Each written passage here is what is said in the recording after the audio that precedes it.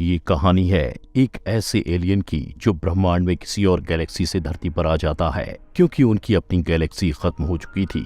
वो एलियन दिखने में भी लगभग इंसान के जैसा ही था, लेकिन अब उसे धरती पर कब्जा करने के लिए सभी इंसानों और जानवरों को अपना गुलाम बनाना था। क्या वो अपने इस मिशन में सफल हो पाएगा या नहीं, या फिर इंसान उसे मार पाएंगे? चलिए जानते हैं। तो कहानी की शुरुआत होती है मॉस्को सिटी के एक रेस्टोरेंट से, जहां पर ओलेग अपनी गर्लफ्रेंड एलिना के साथ बैठा बातें कर रहा था। ओलेग अपनी तारीफ में एलिना को बताता है कि मैं एक आर्मी ऑफिसर हूं और मेरे पास बहुत पैसा है। ओलेग की इन सभी बातों से एलिना काफी इम्प्रेस होती है, जिसके बाद वो दोनों एक दूसरे के साथ क्वालिटी टाइम स्पेंड करते हैं। दूसरी तरफ हमें एक एरोप्लेन को दिखाया जाता है जो कि लैंड करने वाला ही था कि तभी अचानक उसका इंजन काम करना बंद कर देता है और वो एरोप्लेन सीधे जमीन पर जा गिरता है। यहाँ पर हमें पता चलता है कि सिर्फ एरोप्लेन ही नहीं बल्कि पूरी दुनिया की इलेक्ट्रॉनिक डिवाइसेस काम करना बंद कर चुकी हैं। और ऐसे ही देखते सभी जगह की बिजली चली जाती है और सारी दुनिया ब्लैकआउट हो जाती है। लेकिन पूरी धरती पर कुछ जगहें अभी भी ऐसी थी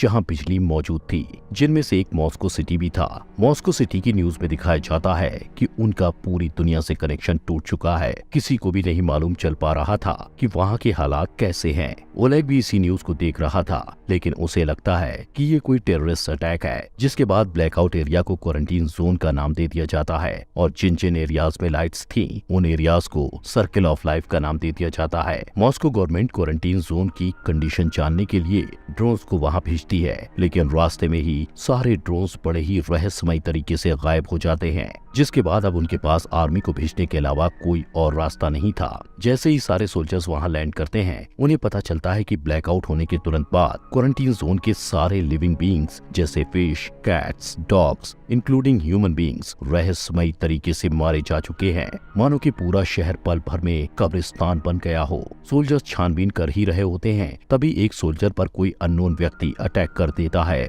और उसे बुरी तरह से इंजर्ड करके उसके वेपन्स के साथ वहां से भाग जाता है। सभी लोग उस पर गोलियां भी चलाते हैं, जिससे उसे घंटा भी फर्क नहीं पड़ता, जिससे सभी सोल्जर्स को रियलाइज होता है कि वो किसी आम खतरे से नहीं जूझ रहे। और देखते ही देखते 1 महीना गुजर जाता है, लेकिन किसी को भी अभी ये पता नहीं चल पाता कि वो किसी बड़े खतरे से जूझ रहे हैं। इसीलिए गवर्नमेंट सारे स्पेशल फोर्सेस को वापस एक नए मिशन ज्वाइन करने के लिए बोलती है। जिसके बाद हमें इस मूवी के एक और लीडिंग कैरेक्टर यूरी को दिखाया जाता है, जो कि अपनी बूढ़ी माँ के साथ रहा करता था। यूरी की माँ को गजनी की तरह भूलने की बीमारी थी, उनकी कंडीशन बिल्कुल ठीक नहीं थी, लेकिन ज्वाइनिंग लेटर मिलते ही यूरी अपने दिल पर पत्थर रखकर अपनी माँ को पड़ोसियों के भरोसे छोड़कर मिशन पे निकल पड़ता है। जिसके बाद सोल्जर्स का एक नया बैच बनाया जाता है, जहां लेफ्टिनेंट मेरीना क्वारंटीन जोन से मिली डेड बॉडी की फॉरेंसिक रिपोर्ट का खुलासा करते हुए सभी सोल्जर्स को बताती है कि उन सभी की डेथ न्यूरोटॉक्सिन जहर के कारण हुई है, जो कि उनकी अपनी बॉडी ने खुद से ही उनमें पैदा किया था,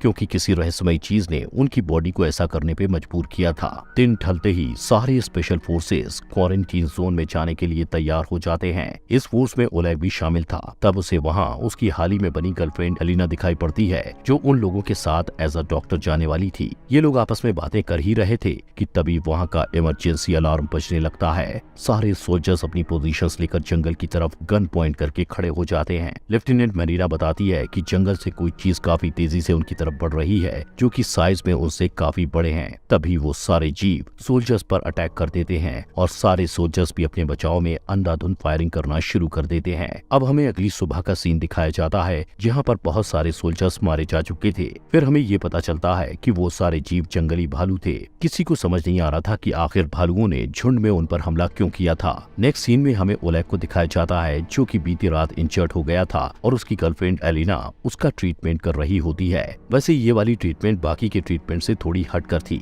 एनीवे, बढ़ते हैं मूवी की स्टोरी की तरफ। शहर के दूसरे हिस्से में साशा नाम का एक लड़का हॉस्पिटल में एडमिट था। ब्लैकआउट होने के बाद से साशा के साथ कुछ अजीबोगरीब चीजें हो रही थी। उसे बहुत से लोगों की आवाजें सुनाई देने लगी थी। वो काफी अजीबोगरीब विजन्स भी देखता था, जिसमें कोई गंजा आदमी उसे तंग कर रहा होता है। दरअसल ब्लैकआउट के बाद साशा के पास कुछ सुपर पावर्स आ गई थी। आंख खुलते ही उसके सामने जेनिया नाम का एक आदमी आता है, जो कि खुद को उसका दोस्त बताता है। वो उसे बताता है कि ये सब वेव अटैक के कारण हो रहे हैं। पहले वेव ने सभी इलेक्ट्रॉनिक डिवाइसेस को ठप कर दिया, दूसरे वेव ने सारे बायोलॉजिकल ऑर्गेनिज्म को सेल्फ डिस्ट्रॉय कर दिया और तीसरे वेव से क्वारंटीन जोन में जो भी सर्वाइवल रह गए वो वेव्स उन लोगों के थ्रू अपने ही लोगों पर अटैक करने को मजबूर कर देगा, क्योंकि वो लोग हमेशा के लिए एक पपेट की तरह बन जाएंगे। इससे हमें ये मालूम चलता है कि क्वारंटीन जोन में अभी भी बहुत से लोग जिंदा हैं, लेकिन साशा को जेनिया की कोई बात पल्ले नहीं पड़ती और वो घबराकर गार्ड को आवाज लगाता है, लेकिन गार्ड्स को वहाँ कोई भी दिखाई नहीं देता,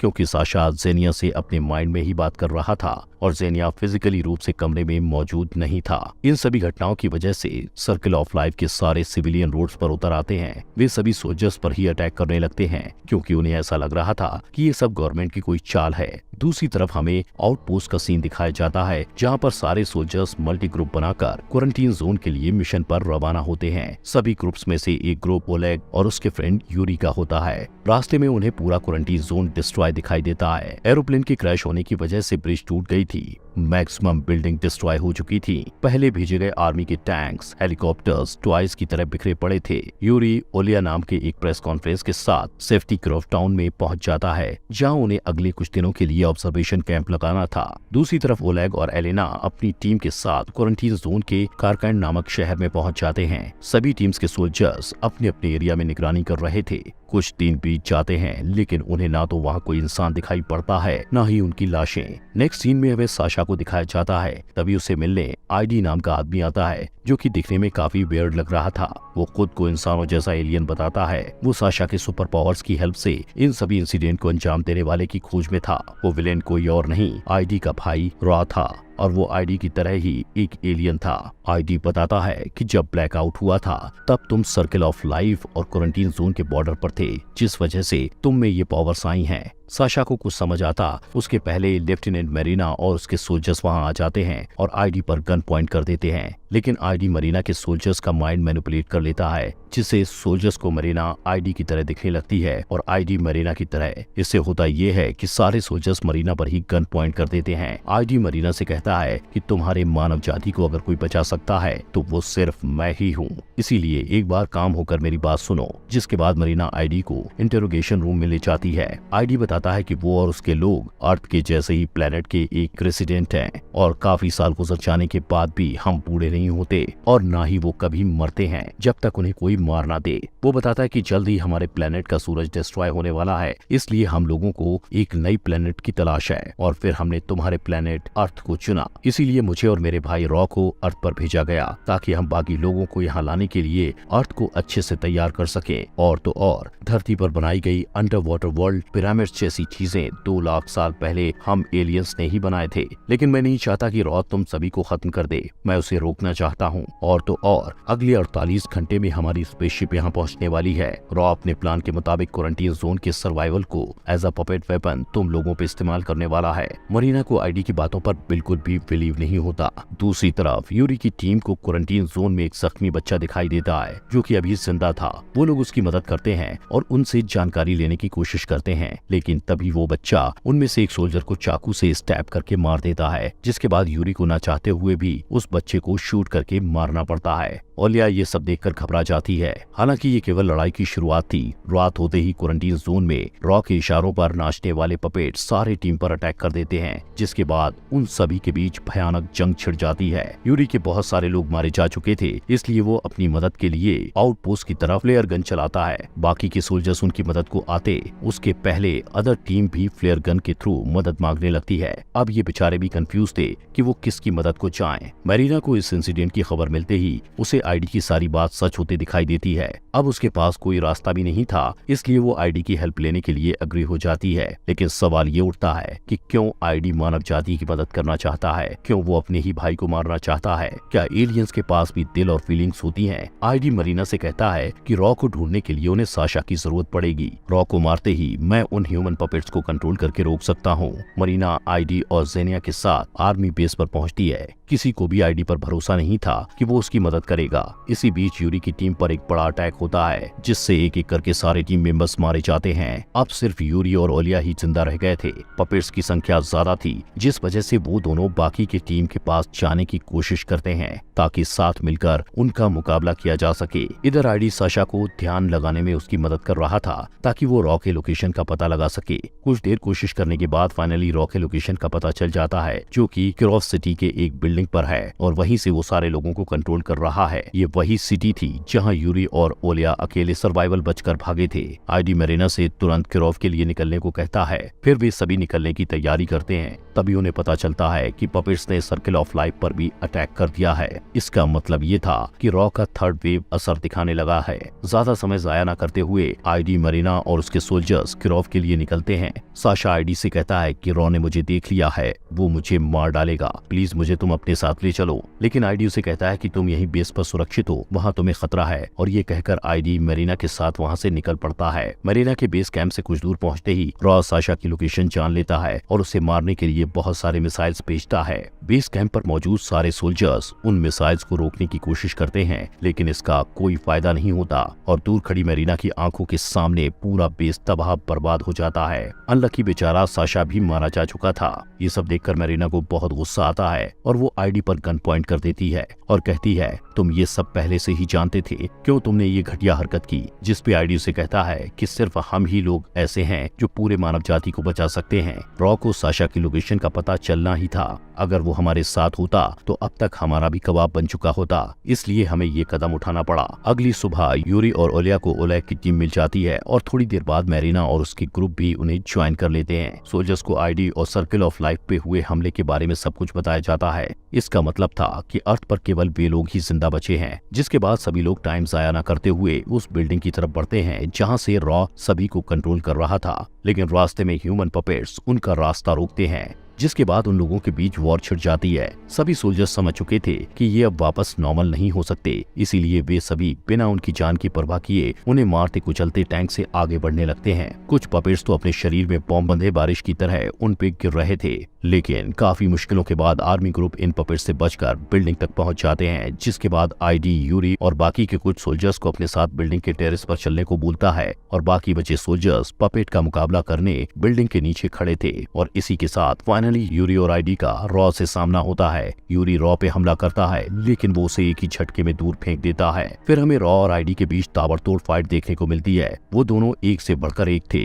दूसरी तरफ बिल्डिंग के नीचे ओलेग और बाकी के सोल्जर्स को उन पपेट्स को रोकने में दिक्कत हो रही थी, क्योंकि उनकी संख्या लाखों में थी, जिस वजह से काफी सोल्जर्स मारे जाते हैं। और तो और वो लोग पेट्रोल से भरे ट्रक से उन पर हमला करते हैं, जिससे एक बहुत बड़ा धमाका होता है, जिस वजह से कुछ को छोड़कर सभी सोल्जर्स मारे जाते हैं। इसका मतलब ये था कि ये लोग ज्यादा से ज्यादा 5-6 ही रह गए थे जिन्हें उनका मुकाबला करना था। ओलेग और बाकी के लोग बिल्डिंग्स के ऊपर भागते हैं और सारे पपेट्स अपने लीडर रॉ की हेल्प करने बिल्डिंग की तरफ बढ़ते हैं। पपेट्स ऊपर आ पाते कि उसके पहले ही आईडी रॉ पर जोरदार हमला करता है और उसके सीने से एक एलियन टाइप दिल बाहर निकाल लेता है। मौका देखते ही यूरी रॉ के दिल में ग्रेनेड डाल देता है, जिससे उसकी वहीं पर मौत हो जाती है। रॉ की मौत के बाद आईडी को उन लोगों पर पूरा कंट्रोल मिल जाता है और वो उन्हें एक ही झटके में मार देता है। अब यूरी, ओलेग, एलिना, ओलिया, मैरिना और जीनिया एकमात्र इंसान अर्थ पर जीवित थे, लेकिन उन्हें ये जंग जीतकर कोई खुशी नहीं थी, क्योंकि जमीन पर करोड़ों बेगुनाह लोगों की लाशें पड़ी थी। पूरी दुनिया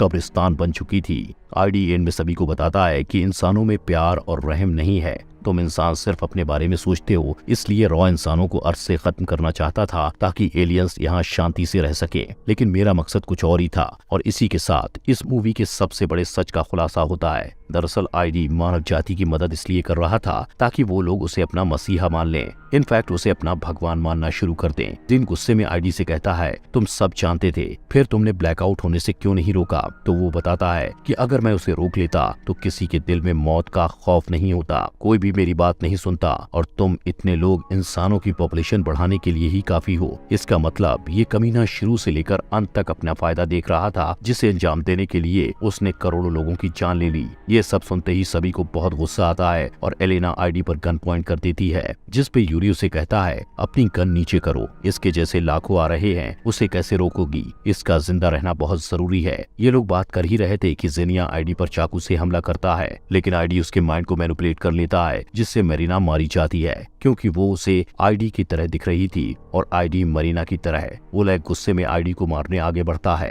तभी यूरी उसे ऐसा करने से रोकता है, जिस वजह से उन दोनों में फाइट शुरू हो जाती है। यूरी ओलेग को ऑलमोस्ट खत्म करने ही वाला होता है कि ओलिया यूरी को शूट करके इंजर्ड कर देती है, जिसके बाद आईडी ओलेग के पिता का मल्टी रूप लेकर उसे कंफ्यूज करता है। इसी दौरान जीनिया आईडी के रियल बॉडी के साथ बिल्डिंग से जंप मार देता है और फाइनली जीनिया के साथ साथ आईडी भी मारा जाता है। अब सिर्फ ओलेग, ओलिया, इंजर्ड यूरी और एलेना आने वाले एलियंस का मुकाबला करने के लिए जिंदा रह गए थे। कुछ ही देर में एलियंस की स्पेसशिप वहां लैंड कर जाती है। स्पेसशिप का दरवाजा खुलता है, लेकिन कोई बाहर नहीं आता, जिसके बाद वो लोग अंदर जाने का डिसाइड करते हैं। ओलेग, ओलिया और एलिना अंदर जाते हैं, जहां उन्हें लाखों एलियंस के चैम्बर्स दिखाई पड़ते हैं, जिसके अंदर वो सभी सो रहे थे। तभी चैम्बर के अंदर कुछ अजीब सा लिक्विड फ्लो होने लगता है, जिससे उन सभी को होश आने लगता है। एलिना बताती है कि ये जरूर उसका ऑक्सीजन सप्लाई होगा, इसीलिए उनके जगने से पहले ओलेग एक एक को शूट करके मारने लगता है, बट उनके पास उतनी बुलेट्स और टाइम नहीं था, जिसके बाद वो लोग दिमाग लगाते हैं और मेन सप्लाई के पाइप को एक्स से मारकर तोड़ देते हैं, जिस वजह से वो सारे एलियंस जगने से पहले ही मारे जाते हैं। अब बस कुछ चैम्बर बाकी रह गए थे,